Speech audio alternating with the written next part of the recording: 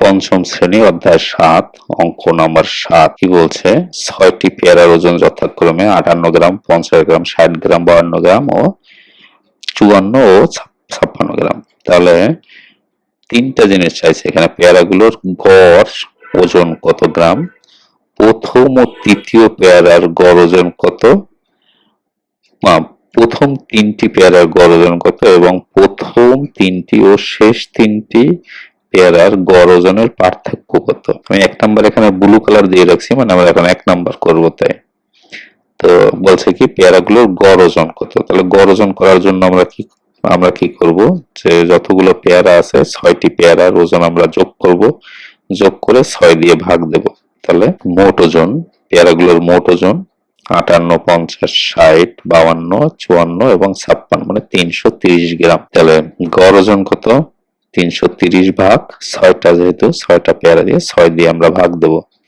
তাহলে ৩৩০ ভাগ ৬ ৫৫ গ্রাম।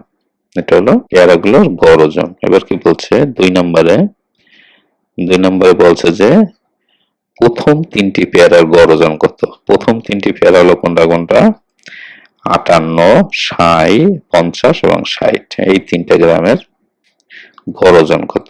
তাহলে গড় ওজন ৫৮, ৫০ এবং ৬০ যোগ ১৬৮, আর গড় ওজন করার জন্য ৩ দিয়ে ভাগ, ১৬৮ ভাগ ৩ মানে ১৫৬।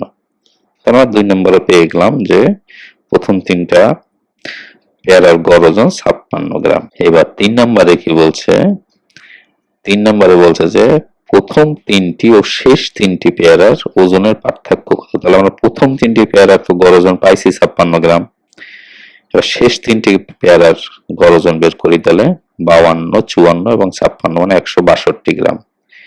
তাহলে গড় ওজন কত তিনটির, ১৬২ ভাগ ৩ ৫৪ গ্রাম, এবং পার্থক্য কত, তাহলে পার্থক্য হলো ৫৬ বিয়োগ ৫৪ মানে ২ গ্রাম। Thank you.